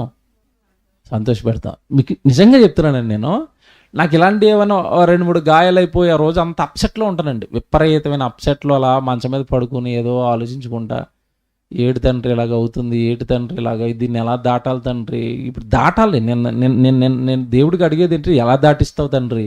ఈ శ్రమల గుండా అనుకున్న దాంట్లోకి ఎలా తీసుకెళ్తావు తండ్రి? ఆ పెద్ద ఆనందం ఎప్పుడు ఇస్తావు తండ్రి? ఇలాగ ఆలోచించుకుంటున్నప్పుడు అండి, మనసు బాధగా ఉన్నప్పుడు టక్కమనండి ఫోన్ రావటమో మెసేజ్ రావటమో, ఏదో మనసుకి ఆనందాన్ని ఇచ్చే. ఏది మనసుకి ఆనందంగా ఉంటుందంటే, నాకు ఎవరైనా మెసేజ్ పెట్టి, అన్నయ్య ఈరోజు మెసేజ్ చాలా బాగుందన్నయ్య, నేను ఆత్మీయంగా చాలా బలపడిపోయాను అన్నయ్య, మీ ఛానల్ అంతా మెసేజ్లు అన్నీ చూసేస్తానని అన్నాడు అనుకోండి, వెంటనే ఆ బాధ పోయి ఏమొస్తుంది? అమ్మ ప్రసంగానికి ఒకటి వెలిగాడట అక్కడ, చాలువే ఈరోజు అంతా ఇంక అంతే, లేచి భోజనం చేసుకుని హాయిగా మళ్ళీ ప్రార్థన చేసుకొని. చూసారా? అంటే గాయం తగులుతున్న ప్రతిసారి దేవుడు ఏమిస్తాడు? ఆనందం ఇస్తాడండి, సంతోషం ఇస్తాడు. ఎప్పుడు అంటే నిరంతరం మనసు ఎవరిని చూడాలి? దేవా అనుకుంటుందా? ఏటు బాబు ఇలాగున్నావు అంటాడు ఆయన. అలాగని మనకొచ్చిన ప్రతి చిన్నవి, రాత్రి నేను చెప్పాను, ప్రతి చిన్నదానికి తండ్రి అన్నావు అనుకోండి, ఏట్రా నీ గోల అంటాడు ఆయన. అంతే కదండి. మన వల్ల అవ్వట్లేదు, మనం ఎంత ప్రయత్నించినా అవ్వట్లేదు అన్నప్పుడు ఆ సమస్య ఎవరి దగ్గరికి వెళ్ళాలి? ఇప్పుడు ఈ స్థలం సమస్య ఆయన దగ్గర పెట్టుకోవడంలో తప్పు లేదు. ఎందుకంటే అది మనం ఎన్ని ప్రయత్నాలు చేస్తానో మన వల్ల అది ఇలాగ అవ్వంది పెట్టుకో. ఏమంటే డోలో వేసుకుంటే తగ్గిపోయే జ్వరానికి కూడా మోకాలేసి దేవా దేవా దేవా అంటే ఆయన ఏమనాలి చెప్పండి? పక్కనే హాస్పిటల్ ఉంది కదరా అంటాడు ఆయన. మీకు అర్థమైందా? ఏది చెప్పాలి దేవుడికి, ఏది చెప్పకూడదు. ఏమంటే కొంతమంది మనసులు చూస్తానండి నేను, ప్రతి చిన్నదే లోపల ప్రతి చిన్నదే లోపల లోపల లోపల లోపల వాళ్ళ మనసు ఏటో పాపం అలాగా అనవసరమైన పర్వతాలన్నీ లోపలేసుకుని, అది అసలే చిన్నది. అది ఏది? మనసు చాలా చిన్నది. అది ఆ చిన్నదాని మీద రాళ్ళు వేసుకుంటారు, ఇల్లు రాయి మీద రాయి, రాయి మీద రాయి, రాయి మీద రాయల కుప్ప. ఇంకా అది మనసునే నిండా మాకు గాయాలు, మేము బాగోలేదు, ఇంకంతే. అది బండి బాగోదు. సంతోషంగా ఉండడం అలా చెప్తున్నాను. పిలిపి పత్రికలో మీరు ఇందా చదువుకున్నారు కదా, అది ఎందుకు చెప్తున్నాడు తెలుసండి? అక్కడ మీ చింత యావత్తును ఆయన మీద వేసేయండి అని ఎందుకు చెప్పాడు తెలుసా మీకు? అక్కడికి రండి ఒకసారి, పైన ఉంటుంది ఒక మాట, మీరు పిలిపి పత్రిక 4వ అధ్యాయం చదువుకున్నారు కదా ఇందాక. 4వ అధ్యాయంలో ఏ వచనం చదివారు మీరు? 6వ వచనం చదివారు. పైన ఏం చెప్పాడు చూడండి, 4లో, పైన 4లో ఎల్లప్పుడును ఎల్లప్పుడును ఎల్లప్పుడును ఎల్లప్పుడును. చూసారా పదం? ఎల్లప్పుడు అంటే అర్థం ఏంటి చెప్పండి? ఆదివారం, సోమవారం, మంగళవారం, బుధవారం, గురువారం, శుక్రవారం, శనివారం, పొద్దున్న, సాయంత్రం, మధ్యాహ్నం, ఎల్లప్పుడూ ఆనందించండి. కానీ దేంట్లోనూ కండిషన్స్ అప్లై. ఆనందించు, కానీ ఎవరినందు? ప్రభువునందు ఆనందించు. వాక్యం చెప్పి ఆనందించు, వాక్యం నేర్చుకుని ఆనందించు, పాట పాడ ఆనందించు, పాట నేర్చుకుని ఆనందించు, బైబిల్ చదువుకుని ఆనందించు. అంతే కదండి. ఈ రోజండి నేను 10 అధ్యాయాలు చదివేశానండి. ఎలాగుంటుంది మనసుకి? ఎలాగుంటుందండి? కూర్చునండి లెక్కుండా 1.5 సేపు 2 గంటలు 10-15 అధ్యాయాలు చదివేశానండి. ఎలాగుంటుంది మనసుకి? ఆనందం అండి అది, తెలుసా? నేను ఈ రోజండి 10 ప్రసంగాలు వినేసానండి. ఎలాగుంటుంది? ఆనందం అండి. ఎవరినందు ఆనందించాలట? ఇది చదువుకోవడానికి బాగుంటుంది, వినడానికి బాగుంటుంది, చేసేటప్పుడు బాగుంటుందా? బాగుంటుందా?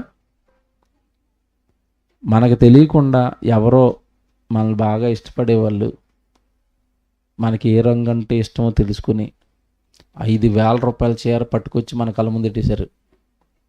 వెంటనే మొహంలో, కళ్ళల్లో ఏమండి ఏమొస్తుంది చెప్పాలా? ఏమొచ్చింది? అదేటండి, అది చీరలో వచ్చింది కదా. చీరలో వస్తుంది, బంగారంలో వస్తుంది, డబ్బులో వస్తుంది. మనం ఎవరైనా కోరుకున్న వాళ్ళు మన ఇంటికి వస్తే వస్తుంది. ప్రభువునందు ఎప్పుడు వచ్చిందో చెప్పాలి. చెప్పండి. మీకు ఇది అర్థం కాదే, చెప్తాను మీకు.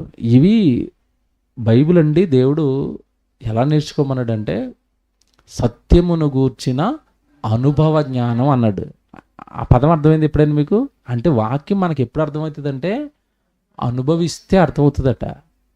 అనుభవిస్తే అర్థమవుతుందట. అంటే ఎల్లప్పుడూ ప్రభువునందు ఆనందంగా ఉండండి అంటే అది మాటలతో అర్థం కాదు. ఎప్పుడు అర్థమవుతుంది? మీకు మాట చెప్తాను. ఇప్పుడు నాకు కాకరకాయ కూర అంటే బాగా ఇష్టం, ఓకేనా? మీలో ఎవరికైనా కాకరకాయ అనగానే మా బాబోయ్ అది రకంగా ఉంటుంది, అది అంతేనా? చేదుగా ఉంటుందండి, అది రకంగా ఉంటుందండి కాకరకాయ అంటారు. ఇప్పుడు నేను అంటాను, బాబు కాకరకాయ చాలా బాగుంటుంది, దాన్ని ముక్కల కింద కోసి ఏగినట్టుగా సగం సగం వేగించి లైట్గా ఉప్పేసి లైట్గా కారం వేసి తింటే అదిరిపోద్ది బాబు అనగానే మీకు ఎలాగుంటుందంటే ఇటు అంత బాగుంటుందా? చిన్న మనసు కలిగింది దేని మీద? కాకరకాయ మీద. అది అనుకున్న టేస్ట్లో చేసి 2 ముక్కలు ఒక్కసారి తిన్నాడు. అప్పుడు ఏం కలుగుతుంది? అమ్మ నాయన కాకరకాయ ఎంత బాగుంటుందా? చూసారా? ఎవడో చెప్పాడు అది బాగోదని, తింటే ఏమొచ్చింది? అనుభవంతో వచ్చేసి తర్వాత నుంచి ఏం చెప్తామంటే, ఏమండి కాకరకాయ ఇలా చేసుకుంటే టేస్ట్గా ఉంటుందండి, తింటే మీ శరీరంలో ఉన్న రోగాలన్నీ పోతాయండి. అప్పుడేం కలిగింది? అమ్మ నాయన ఇది బాగుంటుందట, తింటే రోగాలు పోతాయట, అమ్మ వారానికి 2 రోజులు కాకరకాయ అంటాడు. ఆ తింటున్న ప్రతిసారి వాడు ఆనందపడతాడు, సంతోషిస్తాడు. మరొకరికి చెప్తాడు. ఇప్పుడు నేను ఇది ఎందుకు చెప్పాను ఉదాహరణ అంటే, ఇది మీకు లిటరల్గా నేను ఎవడో చెప్తే రాదు, అనుభవిస్తే వస్తుంది. ఇప్పుడు ప్రభువునందు ఆనందించండి అంటే కూడా ఆనందిద్దాంలండి అని ఉంటుంది. ఎప్పుడు వస్తుంది మీకు? ట్రై చేయాలి కదండి. ప్రభు ఎలాంటి ఆనందాన్ని ఇస్తాడు? ప్రభు పనిలో ఉంటే ట్రై చేయండి. వస్తుందా రాదా ఆనందం? వస్తుందండి. ఆయన ఇచ్చేది మామూలుగా ఉండదండి, మీకు తెలియదు అంతే. అది ప్రభువునందు ఎప్పుడు ఎల్లప్పుడూ ప్రభువునందు ఆనందించుడు అంటే ఎల్లప్పుడూ మనోదిక్కువ అంటున్నావేంటి? మనసుకి గాయాలు అంటున్నావేంటి? చింత అంటున్నావేంటి? ఇలాగ అంటున్న ప్రతిసారి పౌలు గారిని ఒకసారి వీడియో వేసేలా, ఏడు బాబు నీ కష్టాలు నా కష్టాల ముందు అంటాడు. మాట్లాడతామా? మాట్లాడడం. యేసుప్రభుని వేసామనుకోండి, కష్టాలు ఏంటి చెప్పండి అంటాడు. మాట్లాడతామా? ఇప్పుడు మీ జీవితంలో మీకు వచ్చే కష్టాలను మీరు అతిగా ఊహించుకుంటున్నారు అంతే. చాలా అతిగా ఊహించుకుంటున్నారు. అవి దేవుడి చేతి క్రింద, దేవుడి బలమైన హస్తం కింద నువ్వు ఏదైతే సమస్య అనుకుంటున్నావో అది చాలా చిన్నది. ఈ నమ్మకం నీకు ఉండాలి, ఈ భరోసా నీకు ఉండాలి దేవుడి మీద. కనుక మనోదుఖానికి మందు ఏంటంటే దేవుడి నోట నుండి బయలువెరుతున్న మాటే మందు. ఏంటినైనా నీకు ఏంటి నీ మనసు ఏంటంటాడు, ఏంటి నీ సమస్య ఏంటంటాడు. సమస్యకు పరిష్కారము దేవుడు చూపిస్తాడు. అప్పుడు మనకి మందు దొరుకుతుందా దొరకదా చెప్పండి? దొరుకుతుంది కదా. ఇంకేమన్నాడంటే మీ చింత యావత్తును నా మీద వేసేయండి, ఎగేండి మీకు నిబ్బరంగా ఉండండి మీరు అన్నట్టే. ఇంకా మనకి మనోవేదనలు ఏంటండి? దేవుడే మందండి మనోదుఖానికి. మళ్ళీ చెప్తున్నాడు, మనోదుఖానికి దేవుడే మందు. దేవుడే మందు, దేవుడే తీర్చగలడు, దేవుడే సమస్యను పరిష్కరించగలడు. ఎందుకంటే కొన్నిసార్లు ఎలా ఉంటుందంటే సమస్య, కొంతమందికి మనోదుఖం ఉంటుంది, అది తీరుద్దామని మనం ఎంత ట్రై చేసినా ఆ లోపల ఉన్నది బయటికి రాదు. ఏది రాదు? మనసులో ఉన్నది. అయ్యో నలిగిపోతూ ఉంటాడు. ఏటో తెలీదు. ఎందుకు నలుగుతున్నావు అంటే చెప్పలేడు. ఆ లోపలదేమో మనకు తెలీదు. విషయం ఏంటంటే ఆడికంటే మనకి ఎక్కువ అవుతుంది అప్పుడు. అంతే కదండి. ఇది పెద్ద తలపోటు అని తెలుసా? ఎవడన్నా కూర్చుని నలిగిపోతా ఉంటే ఏటరా చెప్పరా, నీకు దండం పెడతాను రా, లోపల ఏమో తీరా బయటకంటే అంతే, ఏం లేదు, చచ్చిపోతాడండి పక్కోడు. ఇది పెద్దదే తలపోటు. నాకు లైఫ్లోనండి నిన్న జరిగే ప్రతి చిన్నదాన్ని నేను ఎలాగో ఆలోచించుకుని ప్రతిదానికి దేవుడి దగ్గరికి వెళ్ళి ఆలోచించుకుంటూ ఉంటాను. ఇప్పుడు మనస్సులో ఏముందో బయటికి లాగడం చాలా కష్టం అండి, చాలా కష్టం. కొంతమంది ఓపెన్ చేయరు. నిన్న సాయంత్రం మేము మీటింగ్ అయిపోయి కారులో ఇంటికి వస్తుంటే శనిగడ చెప్తున్నాడు, ఏ బాబు పొద్దున 7 గంటలు లేచి నోరు మూసుకుని బస్సు ఎక్కాలని నేను దింపను, పొద్దున 7:30కు లేగాలి అన్నాను. ఆడు అన్నాడు. అంటే అర్థమైంది అప్పుడు నాకు మనసులో ఏముంది, చింత. నేను అక్కడికి మళ్ళీ ఇంకోసారి దబాయించాను గట్టిగా, ఇంకేమో అనలేక ఇలా పెట్టుకుని ఉన్నాడు. అప్పుడు నాకు అర్థమైంది మనసులో ఏదో చింత. ఇంక గద్దిస్తే పని అవదని. బాబు ఏట్రా బాబు, ఏటి చెప్పు, పరీక్ష ఉందా, పరీక్ష చదువుకోలేదా, అందుకే నాటకాలు ఆడుతున్నావా అంటే అప్పుడు నెమ్మదిగా ఓపెన్ చేశాడు. లేదు డాడీ, రాసుకునేవి చాలా ఉండిపోయినాయి, శనివారం ఈ రోజు రాసుకుందాం అనుకున్న హాలిడే రోజు, నువ్వేమో సభకు తీసుకుపోయావు, వర్కులు అలాగ ఉండిపోయినాయి అన్నాడు. అమ్మ నాయన,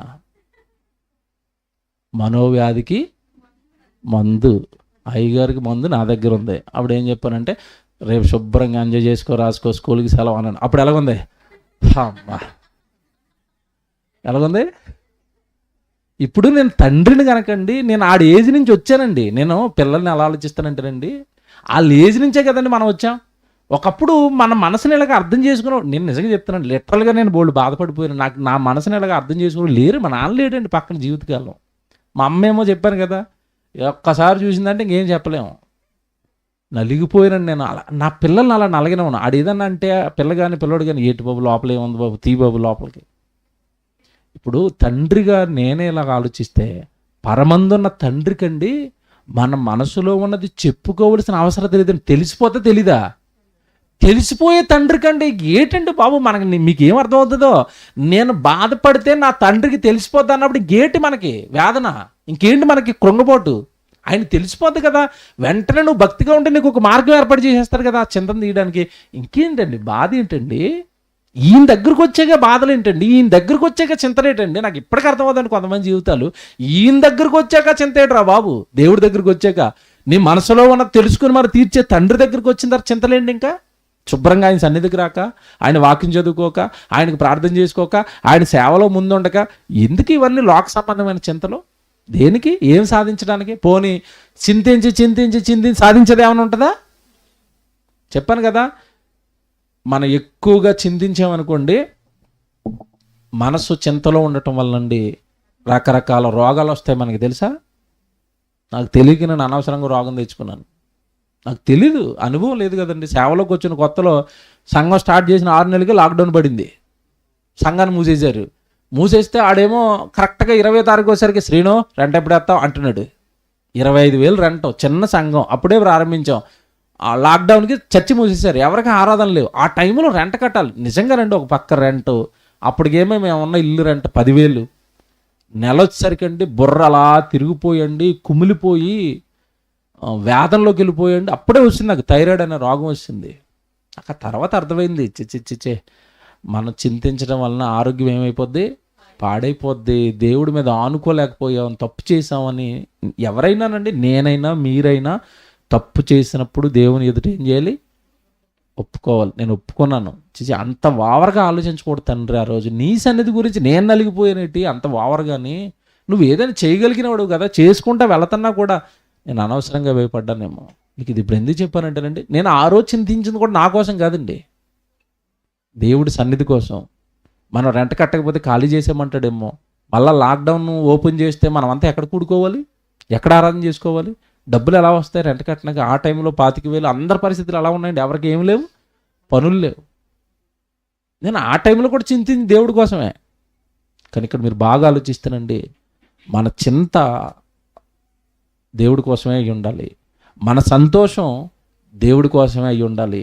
మన మనసు ఎప్పుడు కూడా ఎలా ఉండాలి అంటే దేవుడి మీద ఆనుకుని ప్రతి విషయంలో ప్రశాంతంగా నేను దేవుడికి చెప్పేశానండి, దేవుడు చూసుకుంటాడండి, నేను ఇప్పుడు దేవుడి దగ్గరికి వెళ్ళిపోతానండి. వెళ్ళిపోవాలంతే. బైబిల్లో మీరు భక్తులు చదువుకోండి, ప్రతి భక్తుడికి చాలా సమస్యలు ఉంటాయండి. కానీ వాళ్ళ సమస్యలు పట్టించుకోరు. దేన్ని పట్టించుకుంటారో తెలుసా? సేవ. ఇర్మియా గారు ఉన్నారు ప్రవక్త, సమస్యలు లేవో ఉన్నాయా? ఇర్మియా గ్రంథం చదివితే మీకు అర్థమవుతుంది. బాబో ఇన్ని సమస్యల్లో సేవ చేశాడా? ఏజ్కేలు ప్రవక్త చదవండి, ఎన్ని సమస్యలు ఉంటాయి, సేవ.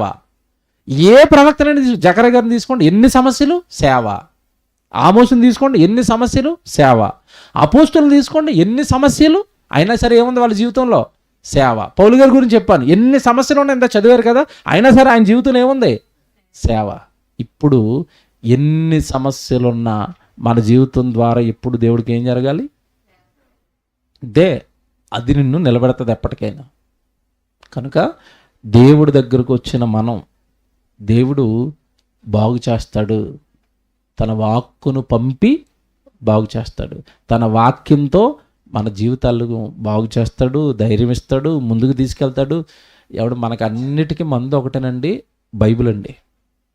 మళ్ళీ చెప్తున్నాను, మీ మనసు ఎప్పుడైనా బాగోలేదనుకోండి, బైబిల్ చదువుకోండి, బైబిల్ చదవండి.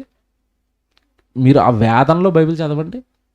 నిజంగానండి, ఏదో నాతోనే దేవుడు మాట్లాడుతున్నాడు, నాకే ధైర్యం ఇస్తున్నాడు అన్నట్టుగా ఆ బైబిల్ చదివేసిన వెంటనే ఎక్కడ లేని ధైర్యం వస్తుంది, సంతోషం వస్తుంది, ఆనందం వస్తుంది.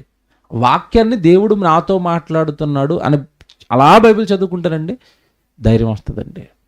మళ్ళీ గుడికి వెళ్ళిపోవాలనిపిస్తుంది, మళ్ళీ పని చేయాలనిపిస్తుంది. ఎప్పుడు మనం దెబ్బతినేస్తామంటే, ఎప్పుడు మనం దూరం అయిపోతామంటే, మనసులో ఉన్న ఈ భయంకరమైన వేదనలను ఎక్కువ చేసుకుని, మనసును కృంగజేసుకుని, లేని చిన్న చిన్న సమస్యలు కొండంత మనమే చేసుకుని, చిన్న గులకరాయిని కొండంతగా చూస్తూ నలిగిపోయామనుకోండి. ప్రారంభపు మాట మనోదుఃఖము వలన ఆత్మ, అంటే ఏ దానికి దెబ్బ పడకూడదో దాని మీదే దెబ్బేస్తుంది మనోదుఃఖం. ఆత్మకు పడుతుంది, ఆత్మ నరకానికి జారిపోద్ది, ఆత్మ ప్రమాదంలోకి వెళ్ళిపోద్ది. దీనివలన మనోదుఃఖం. మనస్సులో దుఃఖం ఉంటే ఆత్మకు ప్రమాదం. అందుకే ఎప్పుడు కూడా దేవుడి మీద ఆనుకోవటం, ప్రతి చిన్న సమస్యను పరిష్కరించుకోవటం. అంతే కదండి, సమస్యలకు పరిష్కారాలు ఉంటాయో ఉండవా? నేను అడుగుతున్నానండి, సమస్య ఉందంటే సమస్యకు పరిష్కారం ఉంటుందా ఉండదా? ఉంటుంది. వెతుక్కుంటాము మనం సమస్యకి. నేను చాలామంది జీవితాలు చూస్తానండి, సమస్య ఉందని చెప్తారు, దానికి ఒక పరిష్కారం ఉంటుంది, వెతుక్కోరు. ఆ పరిష్కారం ఆలోచించుకోరు. సమస్య ఇంక ఇది అంతే. ఇది మీరు లోకంలో ఉన్న వాళ్ళు ఎంత తెలివిగా ఉంటారో తెలుసండి. వాళ్ళు ప్రభు దగ్గర రాను లోకంలో బతుకుతున్న వాళ్ళు ఎంత తెలివిగా ఉంటారండి. వాళ్ళు ప్రతి సమస్యకి సొల్యూషన్స్ ఎదుర్కొంటుంటారు. వాళ్ళు 4-5 సూచనలు అడుగుతారు, సలహాలు అడుగుతారు, టక్కమన ఆ సమస్యలో నుంచి బయటకు వచ్చేస్తారు, మరో జీవితాన్ని స్టార్ట్ చేస్తారు. చాలా బాగుంటాయి. వాళ్ళు లోకంలో ఉండే వాళ్ళు అంత యుక్తిగా తెలివిగా బ్రతుకుతున్నప్పుడు, నువ్వు దేవుడిలో ఉన్నప్పుడు దేవుడి దగ్గర నువ్వు మొరపెట్టి, నువ్వు ఏదైతే దేవుడికి నిన్ను దూరం చేస్తుందో, నువ్వు ఏ విషయంలో అయితే దేవుడికి దూరం అయిపోతున్నావో ఆ సమస్యను దేవుడి దగ్గర పెట్టి పరిష్కారాన్ని వెతుక్కుంటే, ఆ సమస్యకు పరిష్కారం వెతుక్కుంటే దొరుకుతుంది. కానీ మనం ఎక్కడ ఆగిపోయామంటే, ఇది సమస్య, ఇది తీరదు, నేను ఎలాగే ఉండాలి, దీనివల్ల నువ్వు దేవుడికి దూరం అయిపోతున్నావని చెప్పినా సరే దానికి పరిష్కారం వెతుక్కునే వాళ్ళు లేరు. ఓ మాట అడుగుతాను, నువ్వు ఒక పరిష్కారం వెతుక్కుని దేవుడి మీద ఆనుకుని పరిష్కారం వెతుకుని ఆ పరిష్కార మార్గంలో నువ్వు వెళతావు అనుకో, వెనకాల దేవుడు తోడుగా వచ్చి నీకు సమస్యను పరిష్కరిస్తాడా లేదా? ఎప్పుడు కూడా దేవుడు ఎలాంటి మనసు కలిగినోడు అంటే అన్నీ ఆయన ఏం చేయడు. నువ్వేదైనా ప్రయత్నం చేస్తానంటే నీ ప్రయత్నానికి సహాయం చేస్తాడు. దేవుడు మనసు ఇది. మీకు తెలియక చేస్తారు, చాలా తెలియక నాకు దేవుడు ఏం చేయట్లేదని నువ్వు ఏ ప్రయత్నం చేస్తున్నావు చేయడానికి దేవుడు నిన్ను. నీ సమస్యకు పరిష్కారం ఒకటి ఉంటుంది కదా, ఆ పరిష్కారంగా నువ్వు ఏ ప్రయత్నాలు చేస్తున్నావు దేవునికి సహాయం చేయడానికి. మీరు చాలాసార్లు వినుంటారు ఒక కథ. ఒకడు దేవుడిని బాగా నమ్మాడట. దేవుడు బాగా నమ్మండి, ఇంకా దేవుడి మీద పూర్తిగా అనుకున్నాడు. దేవుడు అంటున్నాడు, మంచోడే. వాళ్ళ ఊరికి వరద వచ్చింది. సడన్గా వరద వచ్చండి, మొత్తం అన్ని కొట్టుకుపోతున్నప్పుడు వీడు ఒక్కడు మేడ ఎక్కేశాడు. మేడ మీద ఉన్నాడు. చుట్టుపక్కల వాళ్ళు అందరూ కొట్టుకుపోతున్నారు, అందరూ మేడలు ఎక్కేశారు, ఈడు మేడ ఎక్కేశారండి. అప్పుడు ఈ కొట్టుకుపోతున్న వాళ్ళందరినీ కాపాడడానికి దేవుడు ఏదో పడవో లేదా ఓడో ఏదో కర్రో పంపుతా ఉన్నాడు. అలాగా కొన్నిసార్లు విమానాలు పంపుతున్నాడు. మొత్తం మీద ఈ మిద్దెలు ఎక్కిపోయిన వాళ్ళందరినీ ఎక్కించుకుని తీసుకెళ్తున్నారు వాళ్ళు సురక్షిత ప్రాంతాలకి. వాళ్ళ మీద విమానం వేసుకుని ఈడు మిద్ది మీద కూర్చున్నాడు. మిద్ది మీద కూర్చుంటే దేవుడు నన్ను ఇప్పుడు కాపాడుతాడు. ఈడు ఎలా ఉండిపోయాడు కదని ముందు అలా పక్కనే పడవ పంపాడు. పడవలోకి ఎక్కుతాడేమని, పడవని కాలుతో తన్ని దేవుడు నన్ను కాపాడుతాడు అంటున్నాడట. సరే, ఇప్పుడు అర్థమైందా? ఈలోపు అటుపక్కకి వెళ్తాను విమానం కూడా అలాగొచ్చి, ఒరే ఒక్కడవే ఉండిపోయారో బాబు ఎక్కరాని కిందకి తాడేసాడట. తాడు పక్కకి విసిరి దేవుడు కాపాడుతాడు పాను అన్నాడట. ఇప్పుడు ఇది మీకు ఎందుకు చెప్పానంటే, దేవుడు ఎలా కాపాడుతాడు నిన్ను?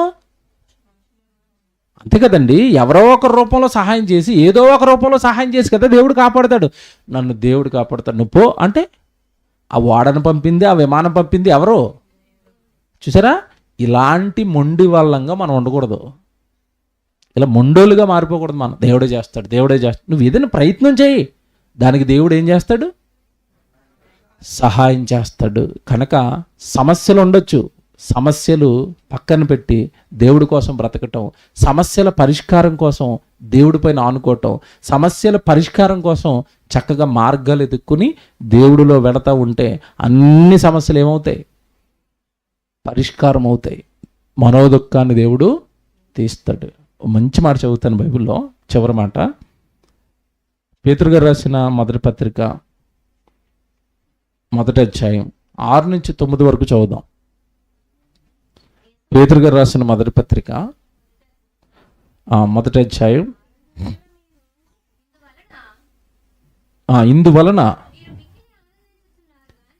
ఇందువలన మీరు మిక్కిలి ఆనందించుచున్నారు, కానీ అవసరమును బట్టి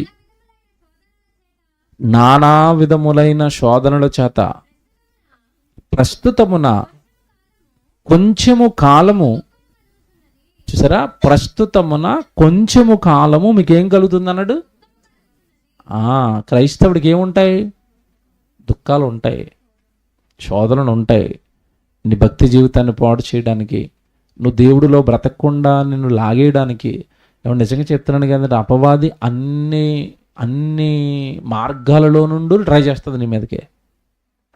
నువ్వు కృంగిపోవాలి, నువ్వు దుఃఖంలోకి వెళ్ళిపోవాలి, నువ్వు మనోవేదనలోకి వెళ్ళిపోవాలి. ఆ మనోవేదనలో, ఆ దుఃఖంలో, ఆ సమస్యలో నువ్వు ఎవరిని మర్చిపోవాలి? దేవుడిని మర్చిపోవాలి. మీకు అర్థమైందా? ఇక్కడ ఎంత బాగా రాస్తున్నాడు చూసారా?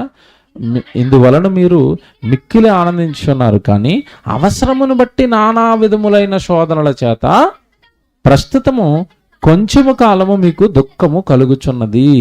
నశించిపోవు సువర్ణము అగ్ని పరీక్ష వలన శుద్ధపరచబడుచున్నది కదా అన్నాడు. నశించిపోవు సువర్ణము అంటే బంగారం అండి. బంగారాన్ని ఎలా శుద్ధి చేస్తారో తెలుసండి? అగ్గిలో వేసి కాలిస్తే కాలిస్తే కాలిస్తే కాలిస్తే ఆ వేడిలో నుండి లోపల ఉన్న మట్టి మలినాలన్నీ బయటికి వెళ్ళిపోయి ప్యూర్ బంగారంగా మెరుస్తుంది. ఎప్పుడు? అగ్నిలో వేసి కాలిస్తే.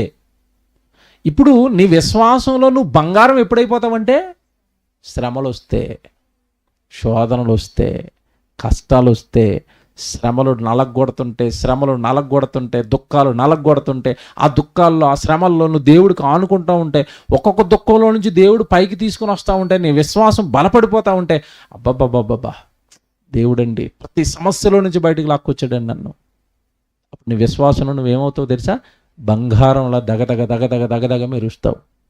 సమస్యే వద్దనుకుంటే, నాకు శోధనలే వద్దనుకుంటే, దేవుడి పనిలో నాకు కష్టాలే వద్దనుకుంటే, దేవుడి పనిలో నాకు సమస్యలే వద్దనుకుంటే, ఇప్పుడు బంగారం పైకి వచ్చిందండి, బాబాబు నన్ను అగ్గులే చేద్దు బాబు, నాకు వేడి తగిలేస్తుంది అంటుంది అనుకోని బంగారం ఎలాగుంటుంది?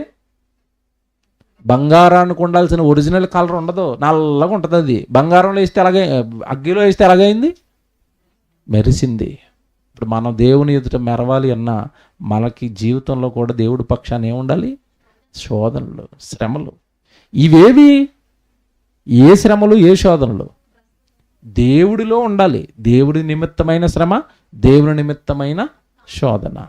కానీ ఈరోజు మనుషులు ఏం తెచ్చుకుంటున్నారంటే, లోకంలో ఆశలకు వెళ్ళిపోయి తెచ్చుకుంటారు శ్రమలు, లోకంలో అత్యాశలకు వెళ్ళిపోయి తెచ్చుకుంటారు శోధనలు, దేవుడు వద్దన్న పనులు చేసి తెచ్చుకుంటారు. ఆ శోధనలు ఈ శోధన లిస్టులోకి రావండి, ఆ పర్సనల్ అనుభవించుకోవాల్సింది అంతే. మీకు అర్థమైందా? ఇప్పుడు మనం దేవుడు వద్దు అని చెప్తున్నా ఆ మాట వినకుండా తప్పు చేసామనుకోండి, ఆ తప్పుకు మన మీద ఏమొస్తుంది? శిక్ష వస్తుంది. అప్పుడు ఇది దేవుని వలన నాకు వచ్చిన శోధన అనొచ్చా?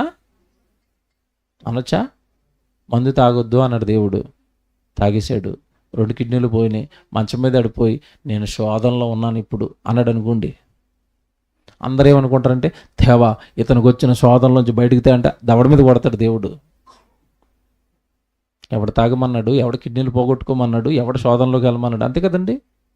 మీలో ఎవడో జారుడుగా కానీ, దొంగగా కానీ, వ్యభిచారిగా కానీ, మద్యపానం ఇవేవి చేసి కూడా మీరు లోక సంబంధమైన సమస్యల్లోనికి, శోధనలోనికి మీరు వెళ్ళకూడదు అన్నాడా? మరి దేని నిమిత్తమై శోధనలోకి వెళ్ళాలి అంటే, ప్రభు నిమిత్తమై, సేవ నిమిత్తమై, వాక్యము నిమిత్తమై. నాకు తెలిసిన ఒక సహోదరుడు ఉంటాడండి, మీకు చెప్పినట్టుగా గుర్తు, చాలా సంవత్సరాల క్రితం. చాలా పేదోడండి, ఆటో నడుపుకుంటూనండి ఆరోగ్యం సరిగా సహకరించదు, అయినా సరే ఆటో మీదే జీవనం కొనసాగిస్తాడు. ప్రతిరోజు మీకు ఒకసారి చెప్పినట్టుగా గుర్తు నాకు, ప్రతిరోజు సాయంత్రం అండి 6 గంటలకు కానీ 7 గంటలకు కానీ ఆటో నడపడం మానేస్తాడండి. మానేసి ఆటో వాళ్ళ ఊరు మధ్యలో పెడతాడు. పెట్టి ఈరోజు పలానా చోట సంతోష్ గారి సభ జరుగుతుంది, పలానా చోట ఉపేంద్ర అనే సభ జరుగుతుంది, నేను ఆటో ఫ్రీగా పెడతాను, మీరు అందరూ ఆటోలో ఎక్కి వచ్చి వాక్యం వినండి, మళ్ళీ ఇంటికి తీసుకొస్తానని ఆటో ఊరు మధ్యలో పెడతాడండి. ఎప్పటికీ అంటే అతను మనసులో ఒకటే నిర్ణయించుకున్నాడు, నేను ఎలాగో దేవుడి కోసం ఏమీ చేయలేను, నాకున్న ఈ వాహనాన్ని వాడేసి అందరికీ సువార్త వినిపించేసి సేవలో నా జీవితాన్ని నేను ఏం చేయాలి? ముగించుకోవాలి. చూసారా, ఎవరికి వాళ్ళుగా భక్తిపరులండి వాళ్ళకు ఉన్న మార్గంలో ట్రై చేస్తున్నారండి బలంగా దేవుడి కోసం బతకడానికి. దానివల్ల ఆయనకి ఎన్నో శోధనలు వస్తాయండి బాబు. నాకు తెలుసు, పర్సనల్గా నాతోనే పంచుకుంటాడు, నేను ఆయనకి నా వల్ల అయింది చేస్తూ ఉంటాను, నేను ఏదోటి కొనిపెడతా ఉంటానండి. వాళ్ళ కుటుంబం బాగోదు. ఇది ఎందుకు చెప్పానంటే మీకు, అంత పేదరికంలో దేని గురించి ఆలోచిస్తున్నాడు అతను? సేవ, వాక్యానికి ప్రజల్ని తీసుకెళ్ళాలి. ఇప్పుడు అతనికి 100 సమస్యలు ఉన్నాయి, ఆరోగ్య సమస్యలు ఉన్నాయి, ఇంట్లో పేదరికం ఉంది, ఇంకా నాకు మీకు చెప్పలేని కొన్ని ఉన్నాయి ఆయనకి సమస్యలు. ఎప్పుడు నుండి ఆయన మాటల్లో నాకు ఆ చింత కనపడదు. తమ్ముడు ఆటో ఈ మధ్యకాలంలో నాటకాలు ఆడుతుంది తమ్ముడు, మీటింగ్కి వెళ్తుంటే మధ్యలో ఆగిపోతుంది అంటాడు నవ్వుతూ. చూసారా, ఇప్పుడు నడవని ఆటోని ప్రజలకి వాక్యం చెప్పడానికి తీసుకెళ్ళి ఆటో ఆగిపోతుంది తమ్ముడు అని నవ్వుతూ చెప్తారండి ఎవడైనా? ఆటోలు ఎక్కుతారు తమ్ముడు, దుర్మార్గులు తమ్ముడు, ఒక్కరు కూడా 50 రూపాయలు ఇవ్వరు తమ్ముడు, 100 రూపాయలు ఇవ్వరు తమ్ముడు అండండి. ఎప్పుడు అండండి, వాళ్ళు ఇస్తే బాగు చేయించుకుని తమ్ముడు, ఇవ్వట్లేదు తమ్ముడు అండు. వాళ్ళు ఏమిస్తారు తమ్ముడు, మనకి ఫలం కదా వాళ్ళు ఇవ్వకపోతే. ఏమంటే ఉదయం నుంచి కష్టపడి పనిచేసి ఆ వచ్చిన డబ్బులు డీజిల్ వేసుకుని ఎవడన్నా మీటింగ్ తీసుకెళ్తాడండి? అందులో కొంతమంది అన్నయ్య పరిస్థితి బాగోలేదని వాళ్ళకి గుర్తున్నప్పుడు చేతులు ఎడతారట, లేదంటే పట్టించుకోరట, వచ్చి వెళ్ళిపోతూ ఉంటారట. ఇప్పుడు అతని గురించి మీకు ఎందుకు చెప్పానంటే, చింతలు చాలా ఉన్నాయి, కానీ ఫోకస్ దేని మీద ఉంది? సేవ. మీ ఫోకస్ దేని మీద ఉందో చెక్ చేసుకోండి రాత్రి. దేని మీద ఉంది మీ ఫోకస్? దేని మీద ఉంది? చింతలు చింతలు చింతలు అనుకున్నామంటే జీవితకాలం చింతలే. నేను మాట్లాడుతానండి, చింతలేని మనిషి పేరు చెప్పండి భూమి మీద. ఒకటి పేరు చెప్పండి. జగన్మోహన్ రెడ్డి గారి పేరు చెప్తారా? ఫోన్ చేయండి, నెంబర్ ఉంటే. మా చెల్లి నాకు తలపోటు చేసింది బాబు అంటాడు. చింత కాదు చెప్పండి. సొంత చెల్లి బయటికి వెళ్ళి ఇంకో పార్టీ పెడితే. కేసీఆర్ గారి నెంబర్ ఉంటే చేయండి. కూతురు గారు రెడీగా ఉన్నారు ఇప్పుడు బయట ఇంకో పార్టీ పెట్టడానికి. తలపోట్లు అండి పాపం వాళ్ళకి, తలపోట్లు అండి. ఎవడు ప్రశాంతంగా లేడండి. మనం ప్రశాంతంగా ఉన్నాం, సేవలో ఉంటాం, గుడికి వస్తాం, దేవుడికి ఇస్తాం, దేవుడి దగ్గరికి వెళ్తున్నాం, చచ్చిపోతే పరలోకం వెళ్ళిపోతాం. ఎంత బాగుందండి ఇది, ఎంత బాగుంది. లైన్ ఎంత క్లియర్గా ఉంది మంది. ఈ క్లియరెన్స్ అలాగుందా? కనుక ఆనందించండి ప్రభువునందు. అది ఆనందించేవాడికి ఏముండవు, ఆనందించేవాడికి ఏముండవు, చింతలు ఉండవు. చింతించేవాడికి ఏముండదు. అయిపోయింది, అంతే. ప్రార్థన చేసుకుందాం.